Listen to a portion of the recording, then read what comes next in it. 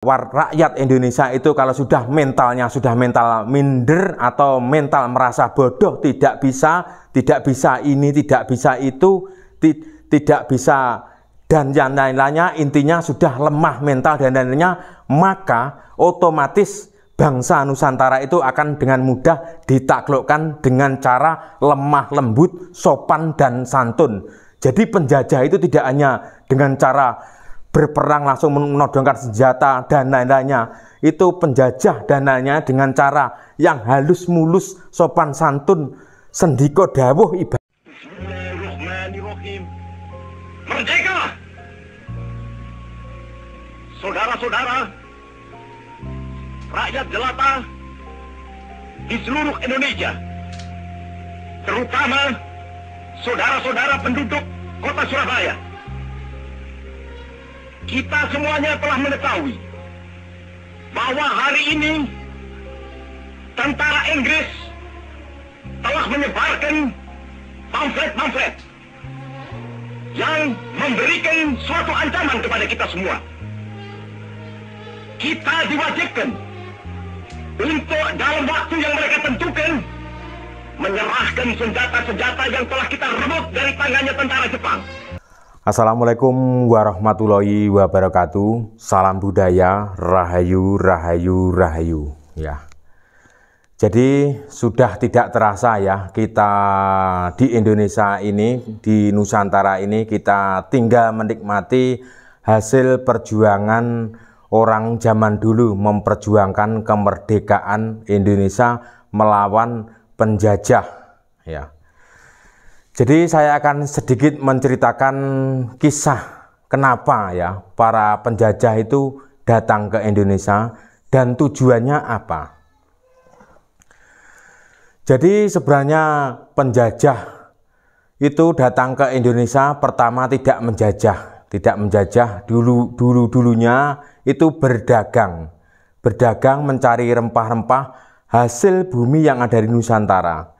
Jadi kita itu harus banyak-banyak bersyukur ya, di Indonesia Raya ini yang kita cintai atau tempat yang kita tinggali itu, kita itu sudah kaya raya, banyak sekali rempah-rempah.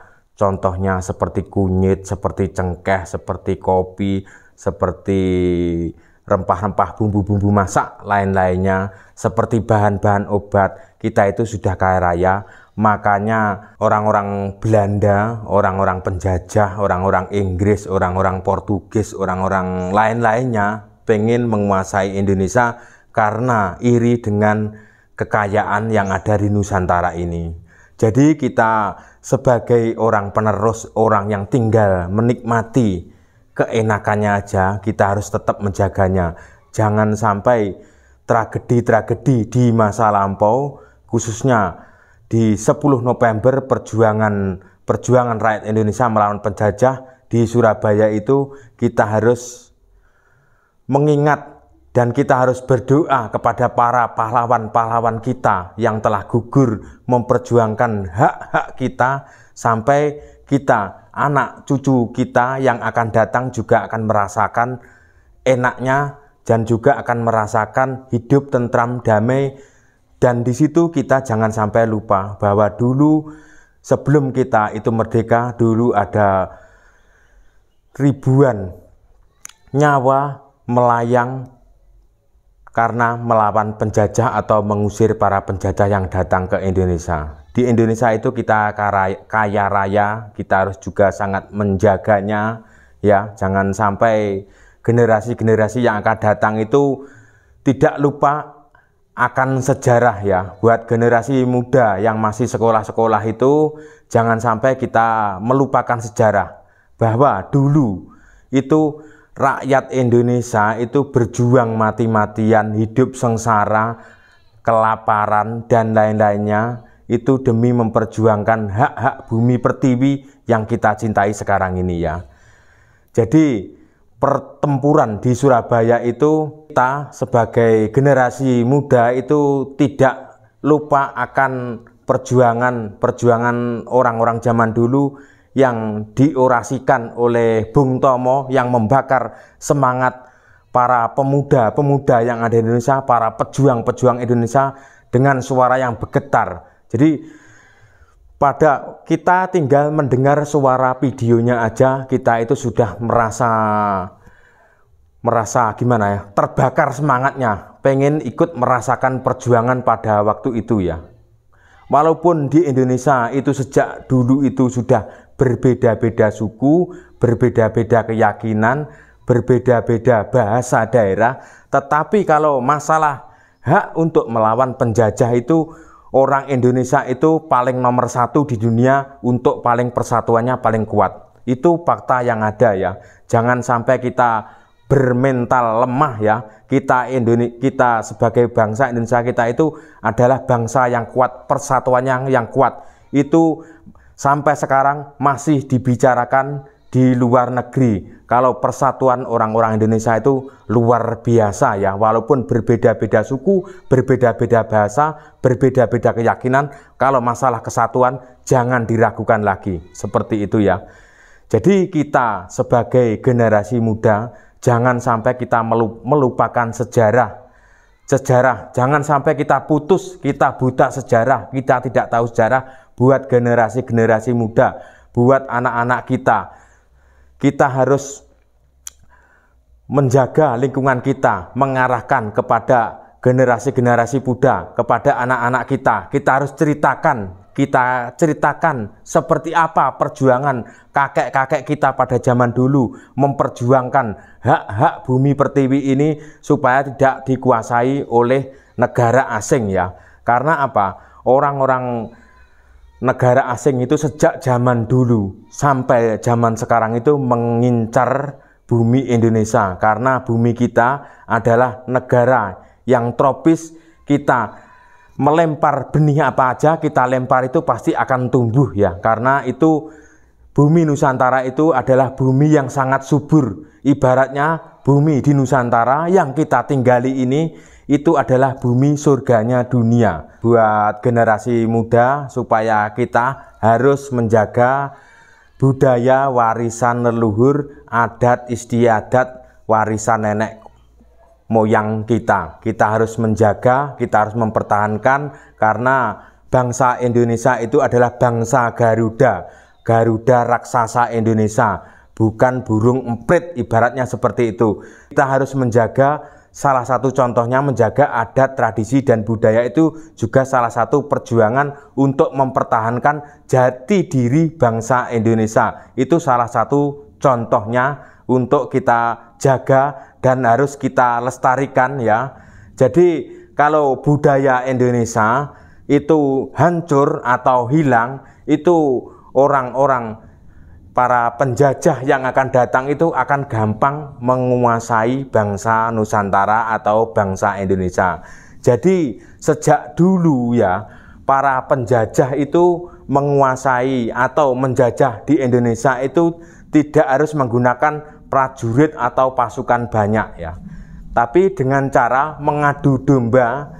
Rakyat Nusantara itu diadu domba, atau rakyat-rakyat yang gampang dipengaruhi diajak bekerja sama, nanti akan janjikan atau jabatan atau harta tahta atau wanita. Seperti itu, harta tahta wanita itu janji yang utama di zaman penjajah zaman dulu untuk menguasai Indonesia, dengan cara orang Indonesia sama orang Indonesia itu diadu. Akhirnya rakyat Indonesia itu perang melawan saudaranya sendiri, dan itu jangan sampai terulang kembali di tahun sekarang maupun tahun yang akan datang ya. Jadi seperti itu, saya membuat video seperti ini mungkin dianggap ada yang pasti akan ada menimbulkan pro kontra ya, akan dianggap sok pintar, sok tahu ya. Itu bentuk rasa ingin saya perjuangkan, karena saya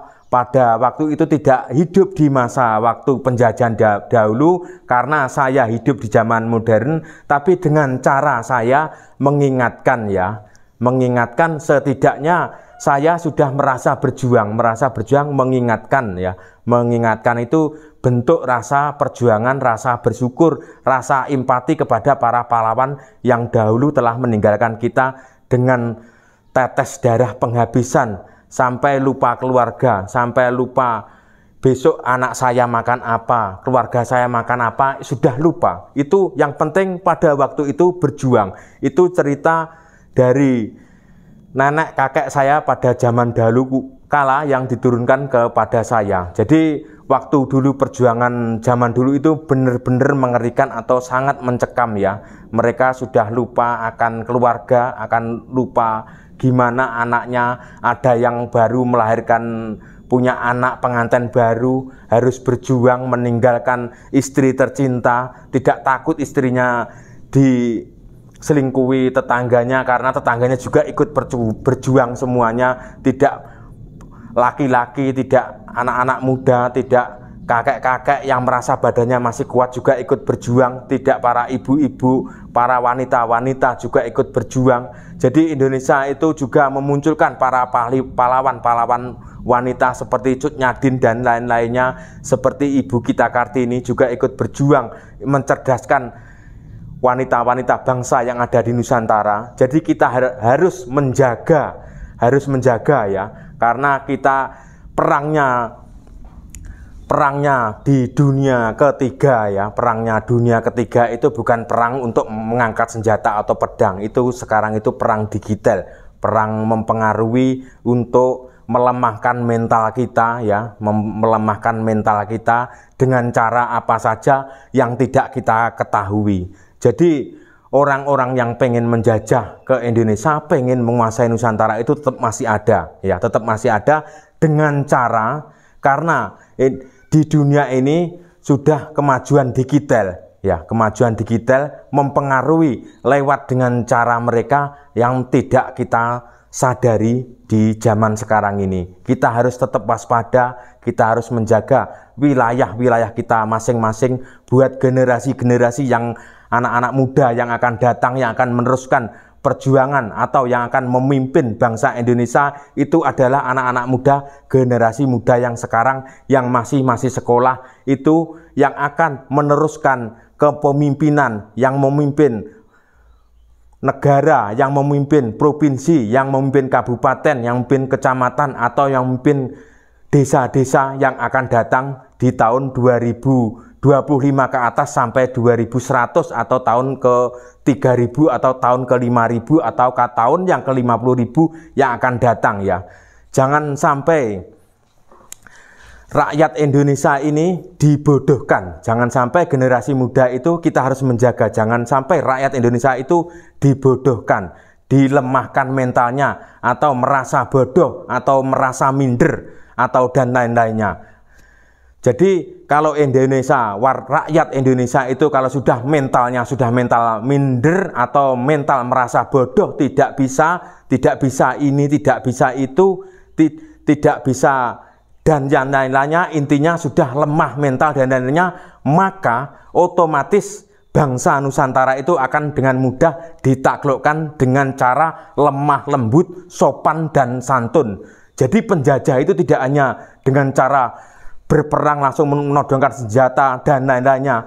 Itu penjajah dan lainnya dengan cara yang halus mulus, sopan santun, sendiko dawuh ibaratnya kepada para bangsa Nusantara yang tidak kita sadari bahwa itu adalah sebuah penjajah, melemahkan mental-mental kita ya. Jangan sampai itu terjadi kepada rakyat Indonesia.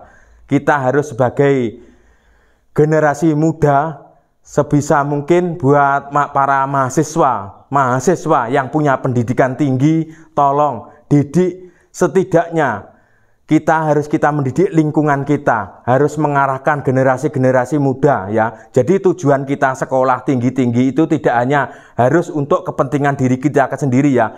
Setidaknya tunjukkanlah hasil sekolah kita, bayar mahal-mahal sekolah kuliah bertahun-tahun, tunjukkanlah, arahkanlah para generasi muda untuk menjadi lebih baik ya. Selain untuk kerja atau selain hasil kuliah kita berpendidikan supaya mendapatkan kerja atau tempat gaji yang mapan atau mendapatkan fasilitas yang enak, mendapat kedudukan, setidaknya ya kita harus mendidik lingkungan kita yang ada buat generasi-generasi muda yang tidak bisa meneruskan pendidikan ke jenjang lebih tinggi, setidaknya kita sebagai generasi muda harus membantu lingkungan kita, setidaknya seperti itu ya. Itu salah satu bentuk perjuangan generasi orang terdahulu yang memperjuangkan melawan penjajah atau mengusir penjajah pada zaman dahulu ya. Cukup sekian dulu video konten kali ini. Mohon maaf jika kata-kata ada yang salah menyinggung perasaan panjenengan semua. Mohon maaf banget ya. Itu kita besok di 10 November setidaknya kita harus berdoa kepada para leluhur-leluhur kita yang memperjuangkan bangsa Indonesia yang lebih baik. Sampai sekarang kita menikmatinya, kita berdoa dengan cara kepercayaannya kita masing-masing ya. Terima kasih.